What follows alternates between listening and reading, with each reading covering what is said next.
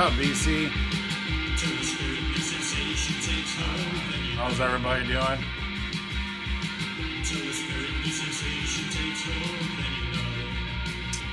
The old Joy Division.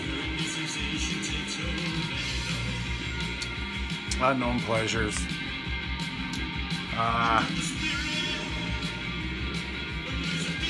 Album has kind of a psychedelic feel to it, and I don't know. This is really the only one I really get into. I mean, there's reasons why this one's great.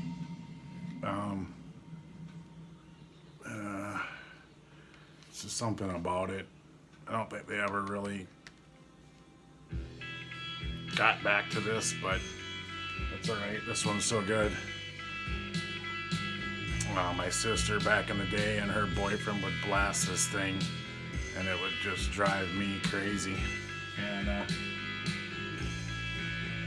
took me a while. I mean, I've heard it a gazillion times before, but it took me a while until I could appreciate it. I know Vinyl Richie had mentioned something about Joy Division, and I agree, but I don't know about our New Order, same thing, but this is a must-have. There's just something about it, it's just killer. It just has a sound. But anyways, I'm showing this before, but yeah, I haven't heard it for a while, and I was wondering if I even still had it, but I don't think that I would have gotten rid of it. So lately I've been, shopping around the town, so it's slim pickings. Picked up one record. I don't even know what I was thinking when I bought it. Was this? I don't even know why I bought this. I mean, seriously. I mean, it's got a super thick, really weird cover on it, and I don't know. It might be special. It sounds good. I'm pretty sure it's a real early pressing. Sounds killer for Def Leppard. Def Leppard before the other, this had the other guitar player in the band. When they're just rock and roll band at this point, So pretty innocent. Next one after this,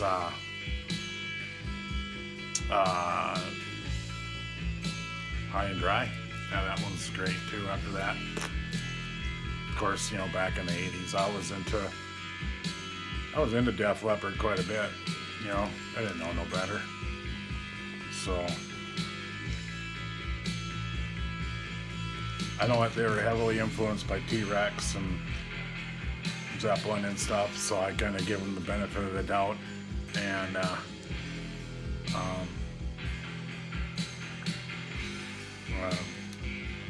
kind of got carried away, I think, but yeah, that's cheap, I'm sure it's bound to be sold, I'm thinking. So I picked up this old Judas Priest stained glass. Glass, that's what it is. Glass. I don't know my metal anymore at all. I haven't had this for quite a while again. So I thought I needed it. It's got a little bit of ditty up here, but this is for sure a first pressing.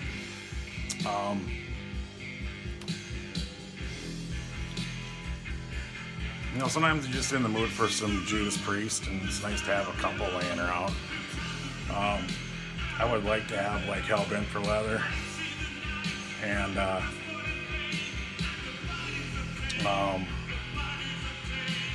one with Living After Midnight on it, and Breaking the Law, that one. I don't even remember what the names are, but I would like to have those three. Dude, I mean, these guys were these guys had to fight to the death to get any kind of recognition for years. So, you know, yeah, I can't remember that. Can't remember that record. I just know it's good. British Steel, that's it. Duh. Yeah, this is a cool one though. It has some cool guitar playing on it. I always love the sound of their guitars, and it's got a very underrated drummer, man, in this band. I was watching some old US Festival stuff. They were rocking out. They sounded killer. So yeah.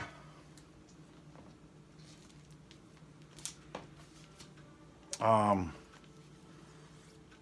was pretty happy to get this. This is super cheap too.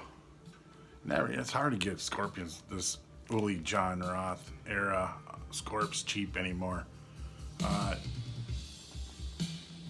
would really like the first one. I haven't found a cheap copy of that. I don't want to pay money for it, but I love it. But I really like this Uli John Roth Scorpions. You know, Hellcat is probably my favorite song on here for sure. Hellcat, you know, like, I love that. Steam Rock Fever, shit like that. That shit's cool. Yeah, pretty influential. These guys were.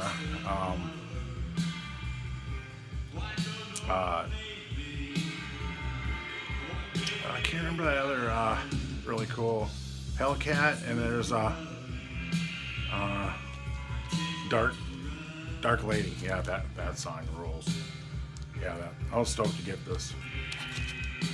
Oh yeah, I'm not gonna sell this, but metal's pretty popular around here, so if I got it, I will if I need money, but otherwise I'm keeping this.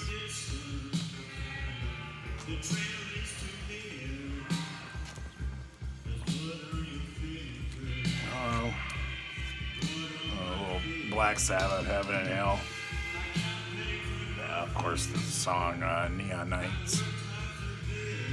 That's the song. That's worth it right alone for this record. Yeah, this is pretty early pressing, I think, too. I would venture to guess.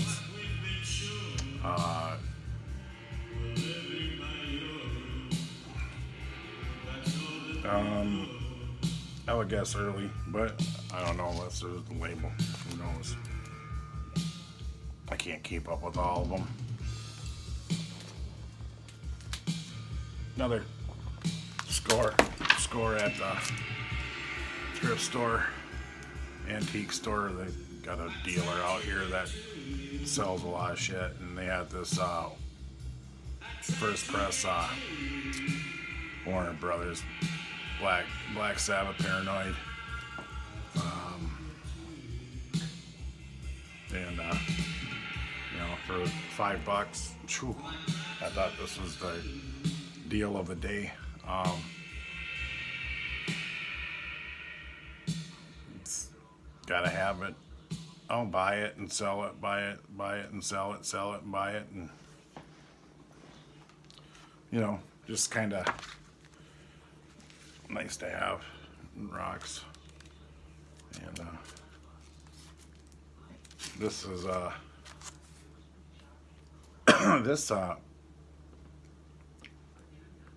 kind of in a weird shape when I got it, but I straightened it out.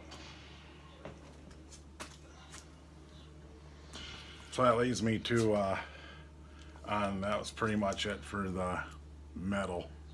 So the little metal update I got. So a while back I sold some records over last summer, and then sold my this Manassas, so I bought it again. Yeah, this is a killer record. Lionel Richie showed this and raved about it, and so I saw it, you know, for a couple bucks, and nice pressing of it, you know, and I bought it, loved it. sold it. Not a hard record to find at all. And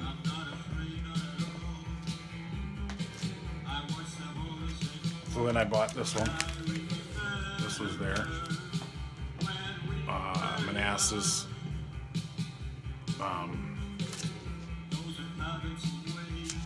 Yeah. Yeah, this is a cool band. There's something rocking about it.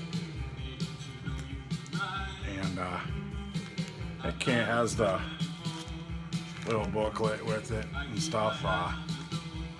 Nice double record. I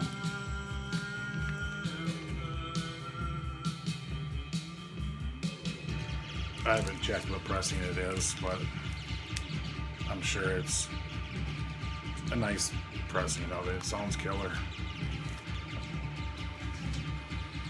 I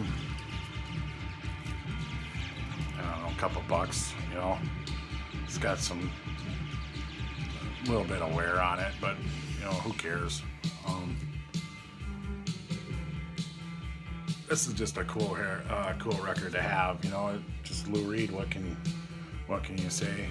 It's all got the Sweet Jane, Heroin, White Light, White Heat, and you know, rock and roll. And oh yeah, this is just a cool record to have and put on once in a while. I don't know, Lou Reed kind of gets on my nerves, and I really like that record, Transformer, but I never see it used out here. I would never be looking for it somewhere else. I'd be buying something else. But I do enjoy certain periods of Lou Reed at times, you know. So yeah. And out here, really, to find this kind of shit, I mean, it doesn't happen because it just don't. The record sellers that are out here just don't bring it out. They don't bring it out because they don't think it's going to sell.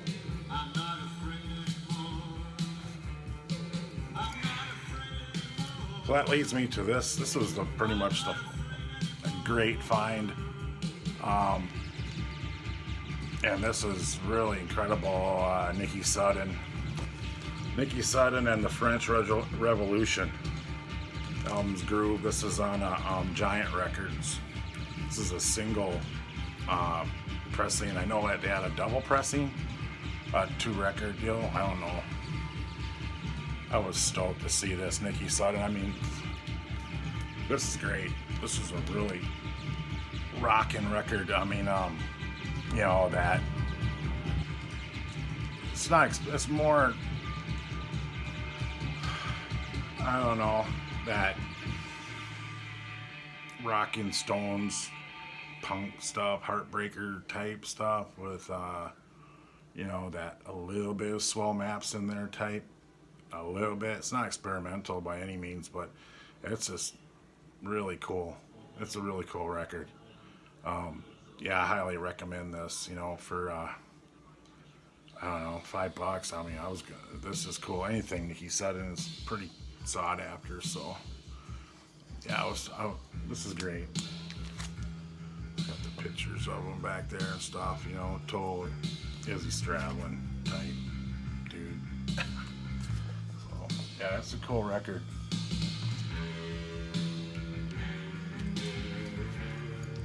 This is something I ordered. This is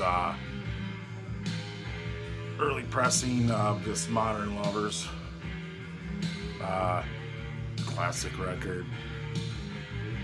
You know, kind of the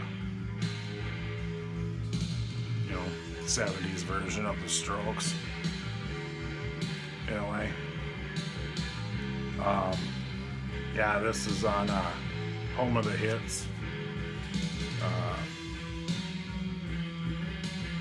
Playboy Records. Yeah, this is a nice copy. You know, I didn't want a reissue of this. I wanted pretty much the real thing. I mean, it says the number looks like it's first pressing, but I don't know if you can tell me. It says 75, 76 on the bottom. I don't know. I'm too lazy to look it up, but this is pretty much a Grail that I needed to get, and I've actually never owned this on vinyl, and I could never find it for the price I wanted to pay, and someone was sleeping on this one, and I was able to get it for a really nice price that I feel was right for this record, to feel like it was a killer deal, you know, but nice and clean and stuff. So, which is kind of weird for being a black record like this. Usually they got the wear on them pretty good and shit. But I love it. This is a good record. I've had it on iTunes and shit.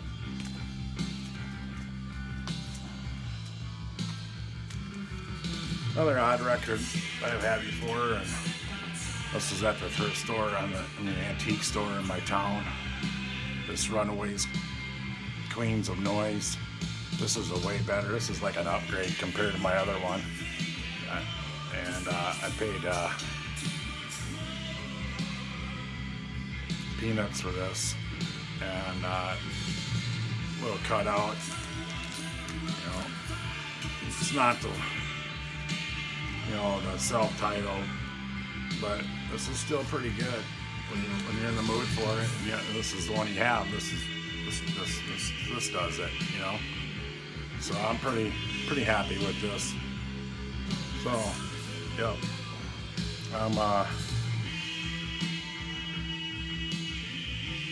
I'm pretty sure this is a first pressing.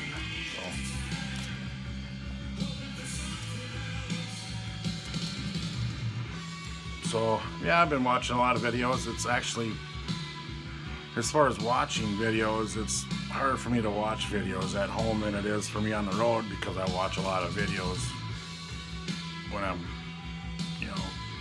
driving and working and going from place to place, and it's what I watch for entertainment. So it's a little bit harder for me to just.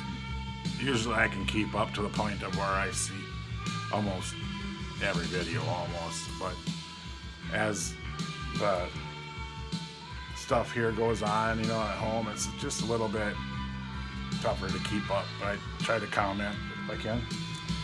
So this was another record I picked up, and this is Leaving Trains. This is on SST. This is in that late 80s, 90s. This is 87, 88, and this actually, is all right. This is a signed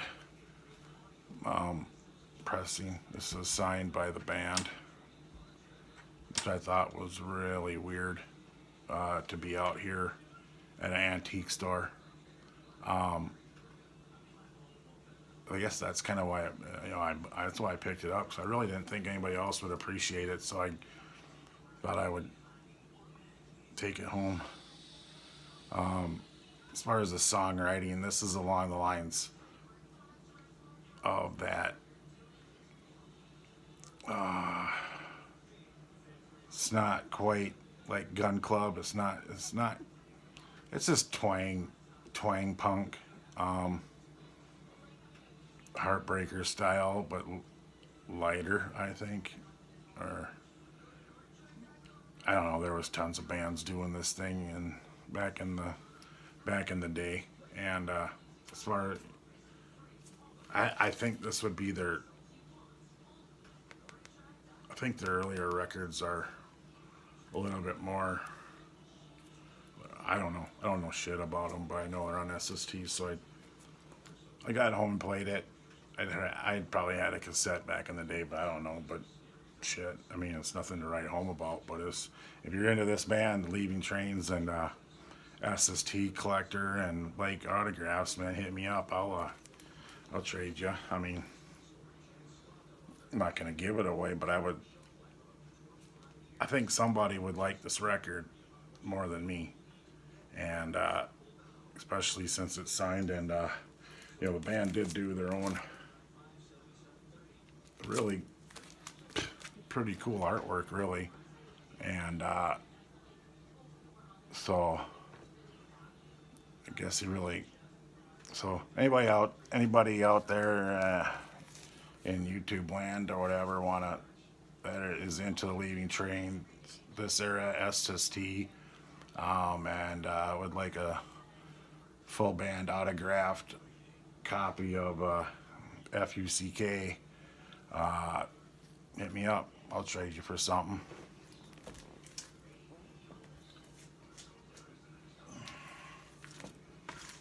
Let's get now to some funny stuff here. So I sold at a kind of a little crisis last summer, and I needed some money quick, and so I was telling Metal Theologian that I'm pretty much starting over with my jazz collection, which I've shown everything I've ever gotten. So which was a pretty darn good start, I thought, and I mean, getting some of them promos back from the Coltrane promos and stuff like that, and the Impulse promos, I think it's not going to be quite as good as what I got them at, which were some of that stuff I paid $10 at the most for, and yeah, I'm not seeing anything like that now. I generally get into jazz in the springtime, and that's when it kind of moves me a little bit, and that's when I feel like buying jazz records. So the blues phase, I think, is done, so that'll be it for blues. So of course I get online right away, and I'm like, I gotta have this back.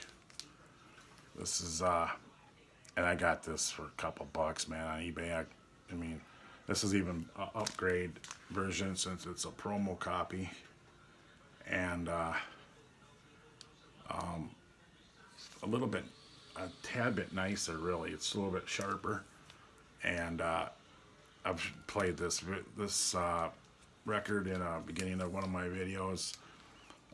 It's got some sick fuzz wah bass, and just that song alone. But this is a really all-around great record. I don't know, free. It's about as I generally, it looks free to me. Usually that says it right there. This era, it's 1972.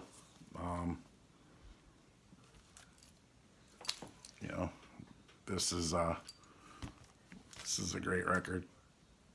In that free, fuzzed out a little bit sometimes. Cool jazz, like what I call, not cool jazz, like in cool, like breath of fresh air cool, but this is, I think I'm gonna get me some, some Herbie Hancock, and I've been listening to that, and I really like a couple of those, and I've been having a hell of a time finding a couple Miles Davis. I mean, like On the Corner and Water Babies. Those are the two that I want. I really like those, and I've only listened to them a couple times because I just lose interest, but I know those are great. I gotta start over with my Sun Ra. I had a couple, so those are gone, so I'll have to get those. I don't think I'm gonna get those for like $10, so yeah, I highly recommend this if you're into jazz, and if you're into jazz, you already know about this record. So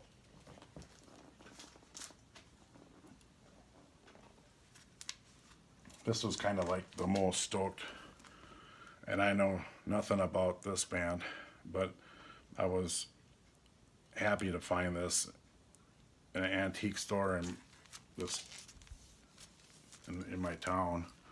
Is this art ensemble of Chicago. This is on ECM. Now, I was wanting anything by these guys. I don't care. I mean, this is I don't know what year this came out. I haven't played it yet, and I've played maybe one or two songs, and I don't think I've ever seen this shown. But I remember, I'm sure Higgins might have shown it, or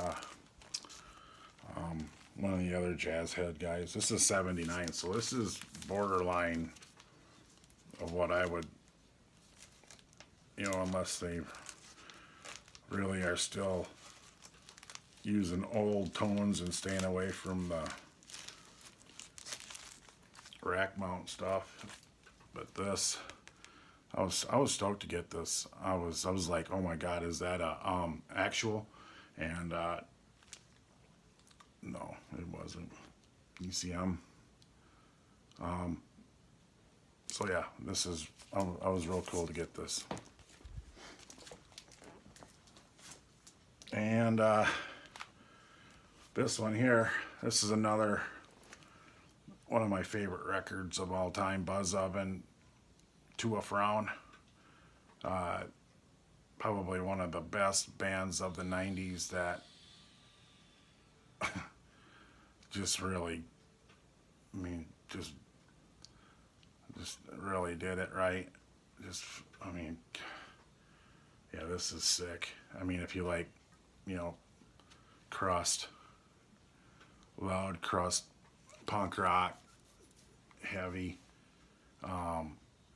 this is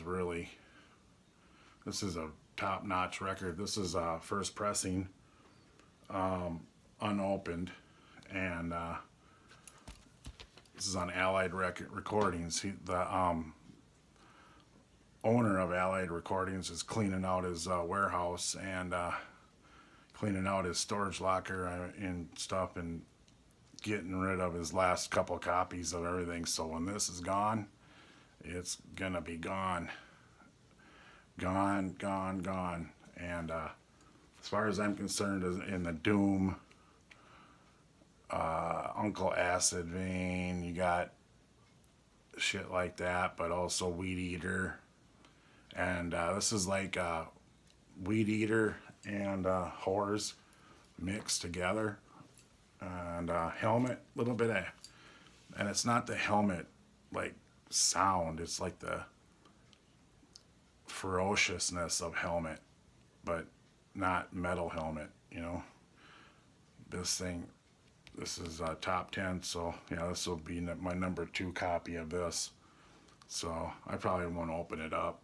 I'll probably just leave it sealed. And I would love to get this signed. This record here doesn't have, this is recorded by Billy, who did the Melvins and the Almighty Sleep, and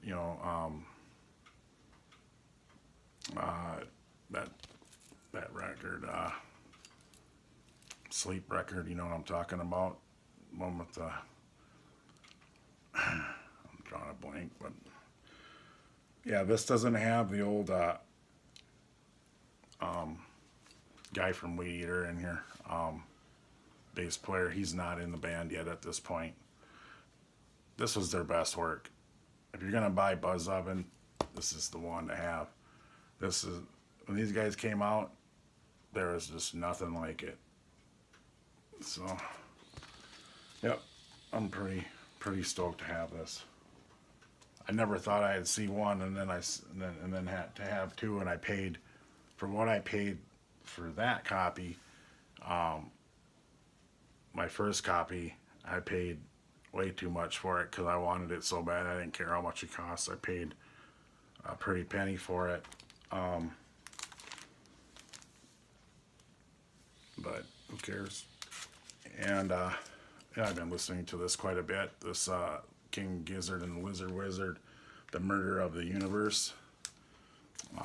Been listening to this quite a bit. This is really cool. It comes with this little booklet. I don't know. big deal, right? So that brings me to one of my other topics, and I want to talk about a post that Greeno had done a couple days ago. One of his first videos in a long time coming back, and he was playing some bands from the 90s that were one and out type of deal, and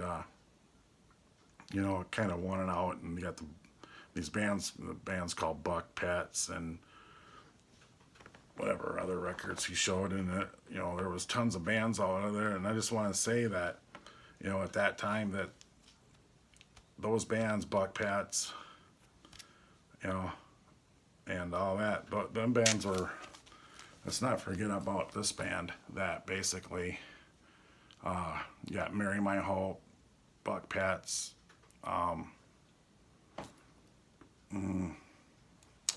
right, this band and Replacements, and there was a lot of bands that were these are kind of top of the heap for a while there, for like a couple years, and these bands are popping up like he was showing, and heavily influenced by this band who had 5 records out before this, and Replacements, and those bands were doing good, and then there's a record like all those that came out and torched them, and that record that we easily can forget about.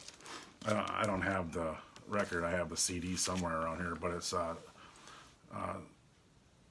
Smashing Pumpkins. That's the band that destroyed. That band single-handedly destroyed the Buck Pets, and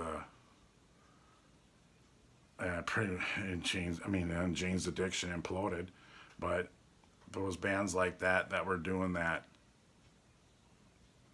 rock and roll,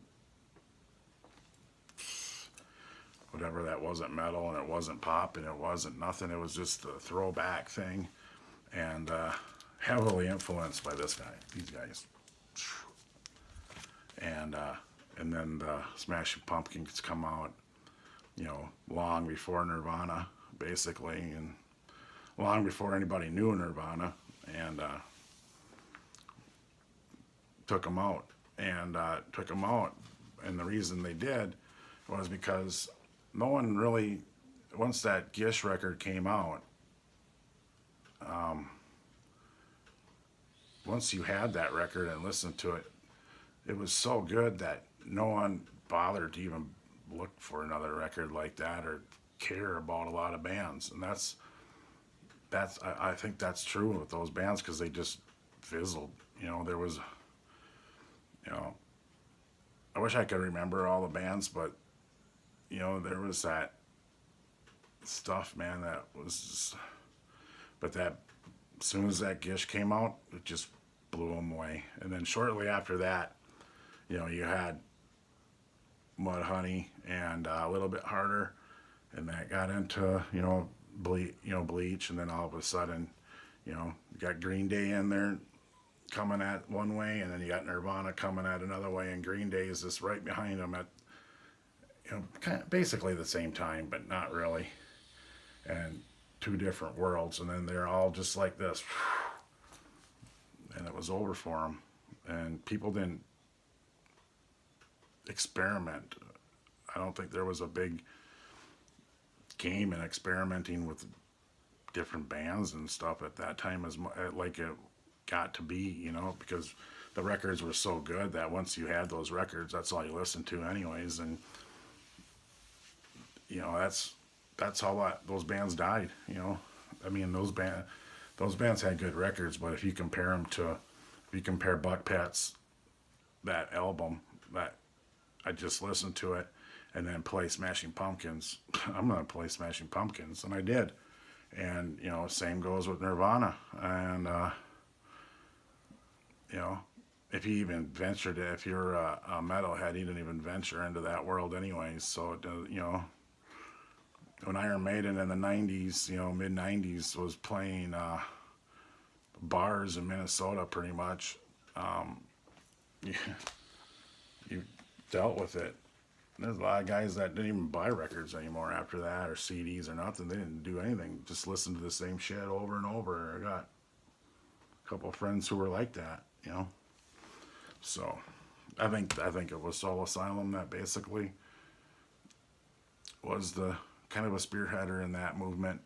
I guess maybe the Pixies, and right in there, those kind of bands, and my memory of a lot of those bands, because they were so, I mean, they were good, but you know, once you heard like, wow, Smashing Pumpkins, like the real deal, that was just so much better. I mean, you know, there was no need to search. So I'm gonna leave it with that, and appreciate everybody watching and subscribing. I mean, you know, I'm getting to 500, which I think is cool. Kind of, if I can get to 500, you know, I just don't make a lot of videos. I go and make a few videos, and I don't. And then it's hard to, you know, stay in the eye of the YouTube and stuff. But you know, shout outs. You know, Rob from Boston, Rob Paniques, you know, and the Vinyl Countdown. That's one of the local guys here also, and over in the southeast side of Minnesota, Wisconsin line, I think. And then there's Vinyl Transmission, and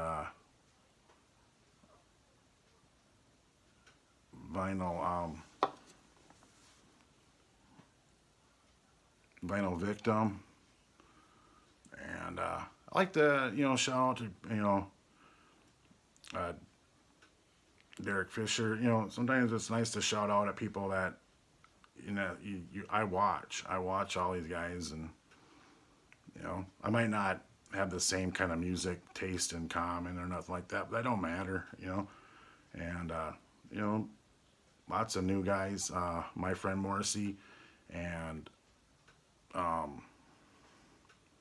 Farley, you know, I love his videos. And Andy did a cool 100. Andy's Vinyl Den did a cool 100 video records, and who else? I mean, just tons of people, man. So you know, I'm just gonna leave it at that. And hey to Bill Helmet Diggy and Joel Clay and Garner, good to see you back. And Chris Alvier, ever showing the absolute coolest oddball stuff, and gotta love that. And Derek Higgins for doing what he's doing, and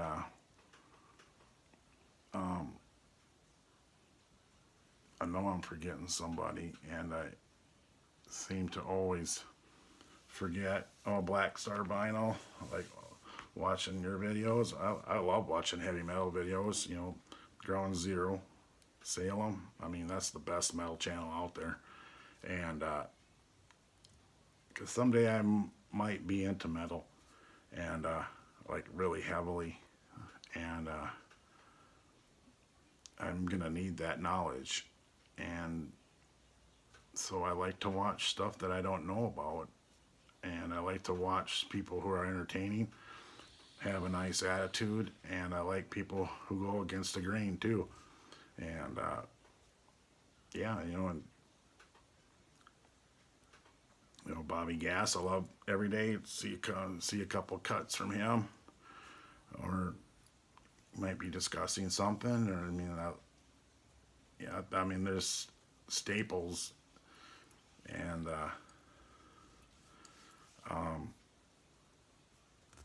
yeah, I'm gonna go with that. And y'all take it easy, stay warm, and we'll talk to you later.